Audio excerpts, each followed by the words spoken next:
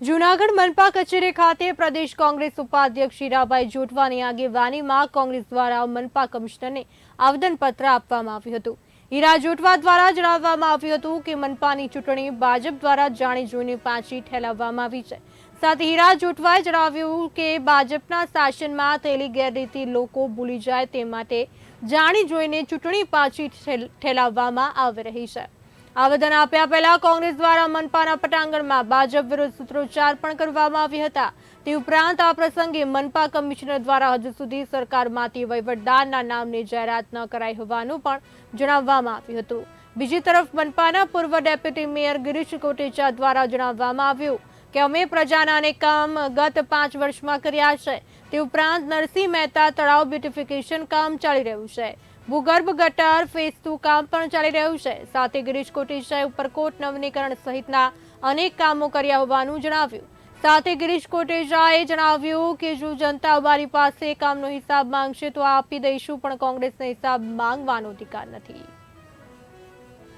આજ રોજ જૂનાગઢ કોર્પોરેશન મુકામે કોંગ્રેસનું એક ડેલિગેશન કમિશનર સાહેબને મળીને કોર્પોરેશનની સ્થાપના જૂનાગઢમાં થઈ ત્યારથી આજ સુધીમાં ન થયું હોય એવી રીતે ભારતીય જનતા પાર્ટીના શાસકો ગઈકાલે 31 તારીખે કોર્પોરેશનની મુદત પૂરી થતી હતી। લોકો ત્રાહિમામ છે। લોકો જૂનાગઢના લોકોનો આક્રોશ એટલો છે કે એમના કોર્પોરેટરો યા તો મત લેવા કોઈ જાય તો પ્રજા એમને એ જે ગારો બનાવ્યો છે એમના ઘરની આગળ રોડને બદલે એમાં પીટી નાખે એમ હતા। એટલે ચૂંટણીઓ લોકશાહીનું હનન કરીને ચૂંટણી બંધ રાખી એ પેલો કોર્પોરેશનના ઇતિહાસમાં છે।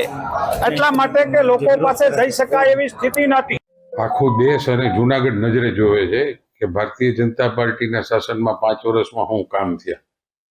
મને લાગે આ લોકોએ આંખે પાટા બાંધ્યા લાગે છે। દર 2 મહિને જ્યારે જનરલ બોર્ડ મળતું ત્યારે આ બધા હિસાબો થતા જ હતા। જૂનાગઢની અંદર 350 કરોડ રૂપિયાની ભૂગર્ભ ગટર લાઈન ફિટ થઈ। અત્યારે 350 કરોડ રૂપિયાની બીજી કનેક્શન જોડવા માટે ઘરે ઘરે એનું કામ ચાલુ છે। ટોરેન્ટોના પાઇપ અત્યારે જોશીપરા અને ઝાંઝેડા રોડમાં ઘરે ઘરે કનેક્શનો પણ આવી ગયા। આ બધા હું તમને મોટા મોટા કામ અને જમીનની અંદરના કામ થયા છે એ તમને ગણાવું છું।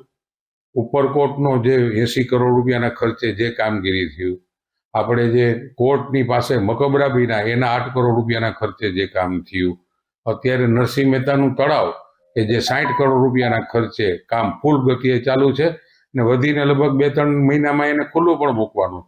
18 કરોડ રૂપિયાના ખર્ચે વાઘેશ્વરી તળાવનું કામ અત્યારે ફૂલ સ્પીડે ચાલુ છે। 200 કરોડ રૂપિયાના ખર્ચે પાણીની પાઇપલાઇન ફિટ કરવાનું કામ અત્યારે ચાલુ છે। અત્યારે ભવનાથ રોડથી તમે ઝાંઝેડા રોડ જાઓ તો ત્યાં પાઇપલાઇનના કામ ચાલુ જ છે। હરેક વિસ્તારની અંદર જ્યાં જ્યાં સિમેન્ટ કોન્ક્રીટ કરવાની છે એ બધા કામ ચાલુ છે। મેજોરિટી રોડ મેઇન રોડો જે છે એમાં વરસાદમાં ક્યાંય ડેમેજ થયા જ એ તો કોન્ટ્રાક્ટરની જવાબદારીમાં આવે છે। એની 2 વર્ષની ગેરંટી હોય છે। એટલે આ બધા કામ આ લોકોને કોંગ્રેસવાળાને દેખાતા નથી, આંખે પાટા બાંધે। પણ એનું કામ જ એક એવું છે, અવડા મોટા કામ આખા દેશની અંદર આપણા વડાપ્રધાન મોદી સાહેબ અને ગુજરાતના મુખ્યમંત્રી શ્રીએ જે અત્યારે પણ હમણાં 398 કરોડના કામ ડિક્લેર થયા, તો આ લોકોને કાનબાન છે કે નહીં, આંખું બાકું છે કે નહીં? ભારતીય રાષ્ટ્રીય કોંગ્રેસ દ્વારા અમુક રજૂઆતોના સ્વરૂપમાં આવેદનપત્ર આપવામાં આવ્યું છે। આ લોકોને અહીંયા બેસીને સાંભળ્યા છે અને પ્રજાની જે પણ કાયદેસરની રજૂઆત હશે આ રજૂઆત ઉપર યોગ્ય કાર્યવાહી કરવામાં આવશે। માનનીય સરકાર શ્રી દ્વારા વહીવટદારનો હુકમ આવવાનું બાકી છે। આ હુકમ મુજબ કામગીરી કરવામાં આવશે।